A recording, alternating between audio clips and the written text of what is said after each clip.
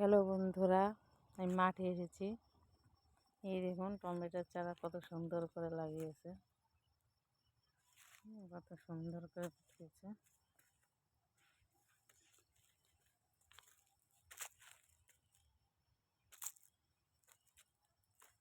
এগুলো সব টমেটো চারা,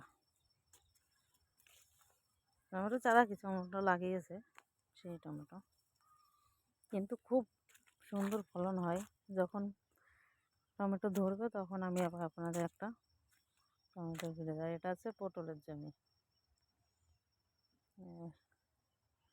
এখন শীত তো, কিন্তু পটল বেশি নেই। এটা একটা পাকা পটল দেখা যাচ্ছে, একটা পাকা পটল।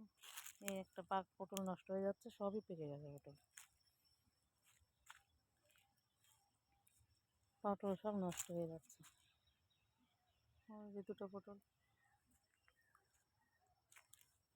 সব নষ্ট হয়ে গেছে, কারণ শীতের সময় হয়তো পটল বেশি হয় না, হয়েছে। আর পুরোনো গাছ তো এটা, ওর জন্য মনে হয় পটল ধরেনি। এই টমেটো যখন তখন আমি আবার আপনাদের একটা ভিডিও দেবো।